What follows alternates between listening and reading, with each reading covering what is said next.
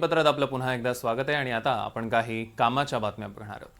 मध्य रेल्वेवरील ठाणे आणि डोंबिवली येथील फलाट विस्तारासाठी अप आणि डाऊन धीम्या मार्गावर शनिवारी रात्रकालीन विशेष वाहतूक आणि पॉवर ब्लॉक घेण्यात येणार आहे। शनिवारी मध्यरात्री 12 वाजल्यापासून रविवारी सकाळी 10 पर्यंत मुलुंड ठाणे आणि दिवा डोंबिवली दरम्यान धीम्या मार्गावर हा विशेष ब्लॉक असेल। त्यामुळे शनिवारी रात्री 11:26 ते रात्री 11:52 आणि रात्री 3:23 ते सकाळी 9:55 या वेळेत कल्याणहून सुटणाऱ्या धीम्या लोकल जलद मार्गावर वळवण्यात येतील। त्यामुळे या लोकल ठाकुर्ली आणि कोपर स्थानकांवर थांबणार नाहीत। विमान इंधनाच्या दरांनी प्रति लिटर 2 लाख रुपयांचा टप्पा ओलांडल्यानं देशातील विमान कंपन्यांनी हवाई प्रवासाच्या तिकीट दरात मोठी वाढ केली। देशांतर्गत प्रवासाचं भाडं 25% तर आंतरराष्ट्रीय मार्गांवर 115% महाग झालंय।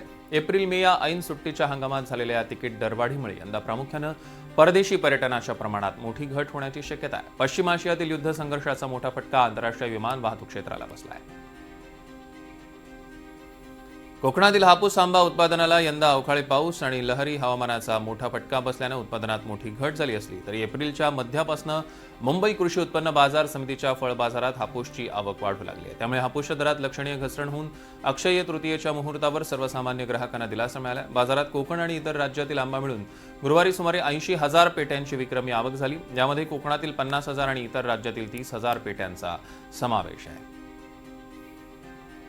मुंबईकरांना उत्तमोत्तम नागरी सुविधा देण्याचं कर्तव्य असलेल्या मुंबई महानगरपालिकेच्या हद्दीतील कुर्ला, भांडूप, घाटकोपर, मानखुर्द, चेंबूर, वडाळा, गोरेगाव, दहिसर येथील अनेक परिसरात वर्षानुवर्ष नागरिकांचा पुरेशा पाण्यासाठी संघर्ष करावा लागतोय। वारंवार प्रशासनाकडे गारहाणं मांडूनही नागरिकांना दिलासा मिळाला नाही। तीव्र पाणी टंचाईमुळे नागरिकांच्या दैनंदिन कामांवर परिणाम होतोय आणि जवळपास 80 कोटींचा अर्थसंकल्प सादर करणाऱ्या महापालिकेला पाण्यासारखी मूलभूत गरज पुरवण्यात यश येत नसल्यानं कामकाजाबाबत प्रश्नचिन्ह उपस्थित होत आहे। पत्रासाळमधील रहिवाशांना 30 एप्रिलपर्यंत घर ताब्यात घेण्याची मुदत देण्यात आली आहे। मुंबई उच्च न्यायालयाकडून पत्रासाळ प्रकरणातला हा एक अत्यंत महत्त्वाचा निर्णय म्हणावा लागेल। सगळ्याच रहिवाशांनी आपापल्या घरांचा ताबा 30 एप्रिल 2024 पर्यंत घ्यायचा आहे। ताबा देण्यासाठी म्हाडा अधिकाऱ्यांची साईटवर नियुक्ती करण्यात आली आहे। आतापर्यंत काही सदस्यांनीच घरांचा ताबा घेतल्याची नोंद आहे आणि जर या मुदतीत ताबा घेतला नाही तर संबंधित घर सार्वजनिक गृहनिर्माण साठी वापरण्याची परवानगी म्हाडाला असेल आणि नंतर जर ताबा हवा असेल तर सदस्यांना 3 महिन्यांपूर्वी नोटीस देऊन अर्ज करावा लागेल।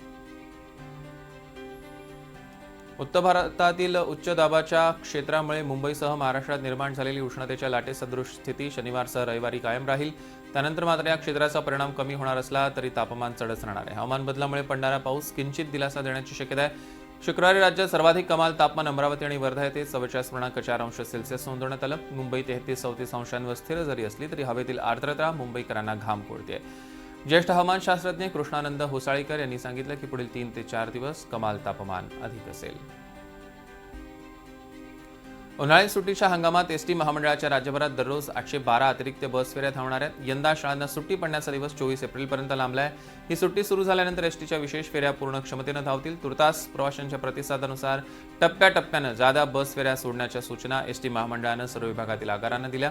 शाळा महाविद्यालयांच्या उन्हाळी सुट्टीत एसटीच्या बसगाड्यांना मोठी मागणी असते। त्या अनुषंगानं एसटी महामंडळामार्फत दरवर्षी 15 एप्रिल ते 15 जून अशा उन्हाळी हंगामात जादा बस फेऱ्यांचं नियोजन केलं जातं। डबल डेकर बसमधनं प्रवास करण्याचं ठाणेकरांचं स्वप्न आता सत्यात उतरेल। ठाण्यात सोमवारपासून TMTची वातानुकूलित डबल डेकर बस धावेल। परिवहनच्या ताफ्यात या बसची एंट्री होणार आहे। तांत्रिक टीमकडून तपासणी करण्यात येणार आहे। त्यानंतर टप्प्याटप्प्यानं 10 डबल डेकर बस ठाण्यात दाखल होणार असून ऐन उन्हाळ्यात घामाघूम झालेल्या ठाणेकरांना आता डबल डेकरमधनं गारेगार प्रवास करता येईल। केंद्र सरकारनं मार्च 2029 पर्यंत सोनं आणि चांदी आयात करण्यास परवानगी दिलेल्या 15 बँकांची यादी जाहीर केली। यात देशातील सरकारी आणि खासगी बँकांचा समावेश आहे। यादीच्या अभावी बँकांना सोनं चांदी आयात अलीकडे काही काळ थांबवावी लागलेली। आयात परवानगी आदेशाच्या अभावी 5 टनांहून अधिक सोनं आणि सुमारे 8 टन चांदी सीमा शुल्क मंजुरीविना अडकून पडलेली। हा आदेश साधारणपणे प्रत्येक आर्थिक वर्षाच्या सुरुवातीलाच दिला जातो। मार्च 2026 पर्यंत देशातील एकूण 200 पैकी 80 पेक्षा अधिक स्मार्टफोन मॉडेल्सच्या किमतीत सरासरी 15% वाढ झाली आहे। वाढत्या महागाईमुळे हा फटका बसलाय। सुटे भाग महागलेत त्यामुळे भारतीय बाजारपेठेतील स्मार्टफोनच्या किमतीने नवा उच्चांक गाठला। काउंटर पॉइंट रिसर्च या संस्थेच्या आकडेवारीनुसार 15,000 रुपयांपेक्षा कमी किमतीच्या फोनची हिस्सेदारी 41 वरनं घसरून 33% आली आहे। स्वस्त फोन तयार करणाऱ्या कंपन्यांचा नफा अत्यंत कमी असतो त्यामुळे सुट्या भागांच्या किमती वाढताच त्यांना फोनचा दर वाढवणं भाग पडलेलं आहे।